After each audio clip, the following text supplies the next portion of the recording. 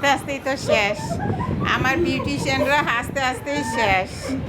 মানে কি কাজ শিখবো ওরা বলো?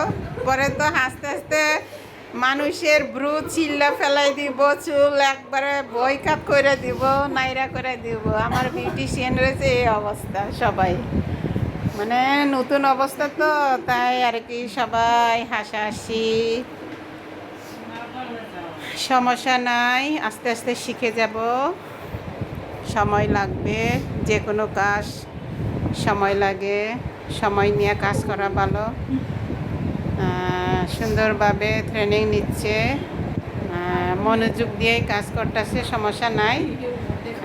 প্রথম অবস্থায় একটু এভাবেই হবে। যে কোনো কাজ প্রথমে অনেক কঠিন লাগে, আস্তে আস্তে সহজ হয়ে যাবে যখন কাজ শিখতে পারবো। তাই বন্ধুরা আপনাদের সাথে শেয়ার করলাম। শুভরাত্রি, সবাই ভালো।